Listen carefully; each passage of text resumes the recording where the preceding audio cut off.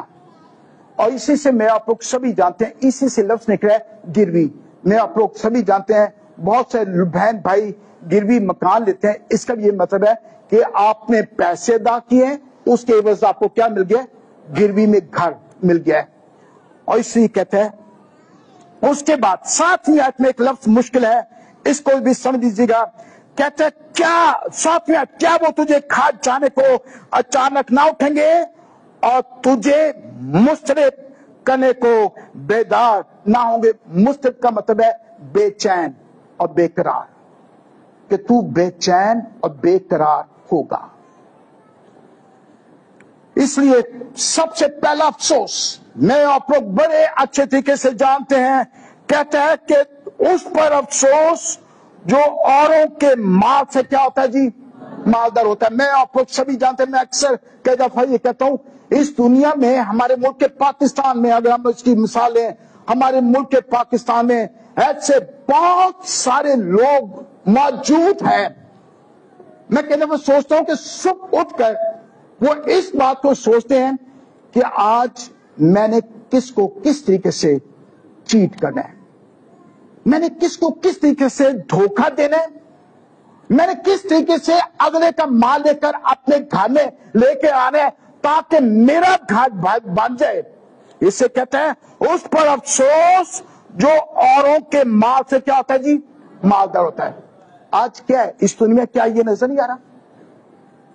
بے شمار لوگ اپنے مال سے نہیں، لوگوں کے مال سے کیا ہوتے ہیں جی؟ مالدار بننے کی کوشش کرتے ہیں. لیکن ہمیشہ یاد رکھے گا، کلام یہ کہتا ہے جب خداوند عدالت کرنے والا میرا اپنوں کا زندہ خداوند ہے، وہ یہ کہتا ہے کہ تو دوسروں کے لیے تو مضطرب کرنے کو بیدار نہ ہوگا، تیرے اندر بے چینی اور تو بے قرار ہوگا.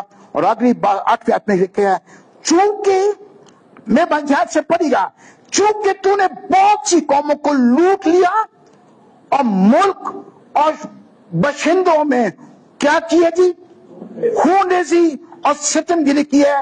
اس لیے کہتا ہے باقی ماندہ لوگ تجھے کیا کریں گے جی؟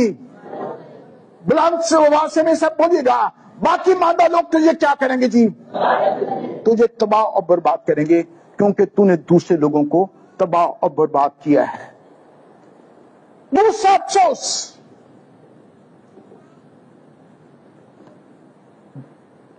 نویں آیت سے میں سے دیکھے گا، کہتے ہیں اس پر افسوس جو اپنے گھرانے کے لیے ناجائز نفع کیا کہتے جی؟ اٹھاتے ہیں تاکہ اپنا آشیانہ بلندی پر بنائے، مصیبت سے محفوظ رہے. لیکن تو نے بہت سی امتوں کو برباد کر کے اپنے گھرانے کے لیے کیا حاصل کیا جی؟ رسوائی حاصل کی ہے اور اپنی جان کا گنہگار ہوا، کیونکہ دیوار سے پتھر چلائیں گے اور چھت سے شتیر کیا کہ جی؟ جواب دیں گے. پھر میں سزا بلند آواز کے دوسرا افسوس ہم پڑھیں گے 9ویں آیت میں، اس پر افسوس جو اپنے گھرانے کے لیے ناجائز نفع اٹھاتا ہے تاکہ اپنا آشیانہ بلندی پر بنائے، مصیبت سے محفوظ رہے.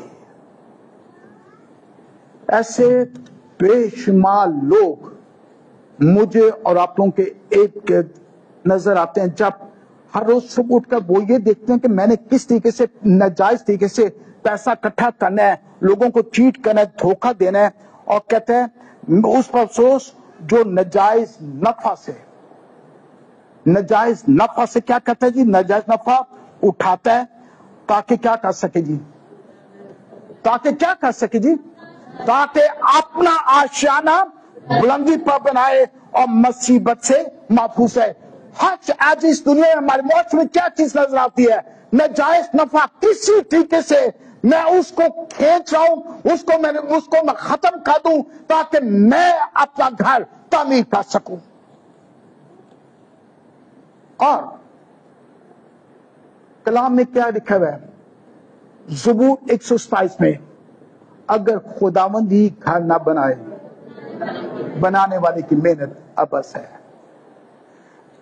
میری بہنوں، میرے بھائیوں، میرے بچوں، میں اکثر یہ پہلے بھی بات کر چکا ہوں، آج جب میں آپ لوگ اس آخری دور میں سے گزرے ہیں، ہر والدین کو اپنی آنکھوں کو اتنا کھول کر رکھنا ہے، ہر والدین کو، کہ ان کو اس بات کا علم ہو کہ میرا بیٹا اور میری بیٹی کون سی کمائی لے کر گھر لے کر آ رہی ہے۔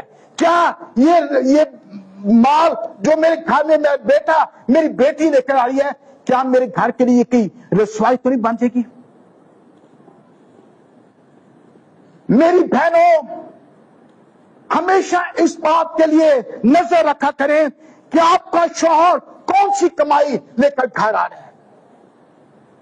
بعض اوقات ہوتا کیا ہے، میں نے بے شمار جگہوں پہ ایسا دیکھا ہے، والدین جانتے ہیں، they knows کہ میرا بیٹا میری بیٹی کون سی ناجائز کمائی گھر میں لے کر آ رہا ہے، لیکن ماں باپ میں کس دفعہ سوچتا ہوں اتنے خاموش ہو جاتے ہیں، جی گھر میں پیسہ تو آ رہا ہے، اس پیسے سے وقتی طور پہ آرام تو آ رہا ہے، لیکن یہ نہیں جانتے کہ وہی پیسہ ہمارے خاندانوں کی بربادی کا سبب بنے گا۔ اس لیے والدین ہونے کے ناطے، بیوی ہونے کے ناطے، آپ لوگوں کو ہمیشہ ہر ایک کو اس بات کو نظر کھول کے رکھنی چاہیے کہ کون سا پیسہ ہمارے گھروں میں آتا ہے، اور ہمیشہ یاد رکھے گا، اس بات کو کبھی نہ بھولیے گا کہ خداوند عدالت کرنے والا خدا ہے۔ بڑی پیاری بات لکھی 11ویں آیت میں، کہتا ہے ایک وقت آنے والا ہے کیونکہ دیوار سے کیا اٹھے گا جی، پتھر چلائیں گے اور چھت سے شتیل کیا جی جواب دیں گے۔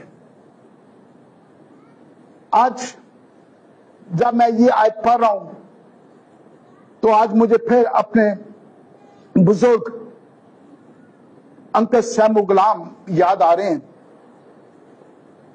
پرانے لوگ بزرگ انکل سیمو غلام سے بڑے اچھے طریقے سے واقف ہیں۔ وہ اپنی گواہی یوں بتاتے تھے، سنیے گا دھیان سے، میں جلدی اس کو ختم کروں گا۔ وہ اپنی گواہی یوں بتاتے تھے، کہتے ہیں کہ جب 1952 میں خداوند نے مجھے نجات دی اور میں سائی وال میں اریگیشن ڈپارٹمنٹ میں ملازم تھا، اور کہتا کہ جب خداوند نے مجھے نجات دی اور میری آنکھیں کھل گئیں، اور کہتا میں نے گھر آ کے کیا کیا، گاؤں میں کہتے ہم رہتے تھے، میں نے گھر میں آ کر اپنی چھت ہو دینی شروع کر دی، اور کہتے میرے ماں باپ نے، میرے بہن بھائیوں نے یہ سب کہنا شروع کر دیا، ساڈا منڈا پاگل ہو گیا جی۔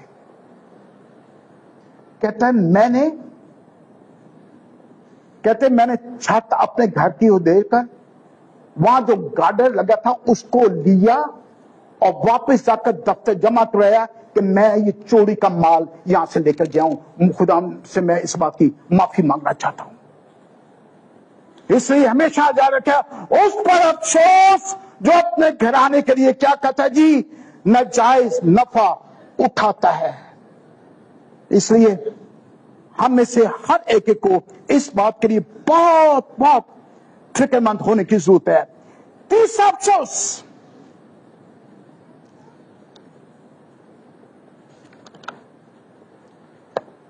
میں سے دیکھے گا 12ویں آیت سے، اس پر افسوس جو قسمت کو کیا کہتے ہیں جی، خون ریزی، اور شے کو کیا کہتا ہے جی، بدکرداری سے کیا کہتا ہے جی، تعمیر کرتا ہے۔ کیا یہ رب الفاظ کی طرف سے نہیں کہ لوگوں کی محنت آگ کے لیے ہو اور قوموں کی مشقت بطالت کے لیے، کیونکہ جس طرح سمندر پانی سے بھرا ہے اسی طرح زمین خداوند کے جلال کے عرفان سے معمور ہوگی۔ نبوکت نصر بادشاہ کے تعلق سے یہ کہا جاتا ہے کہ اس نے اپنے محل کی بیرونی دیوار جو سی تھی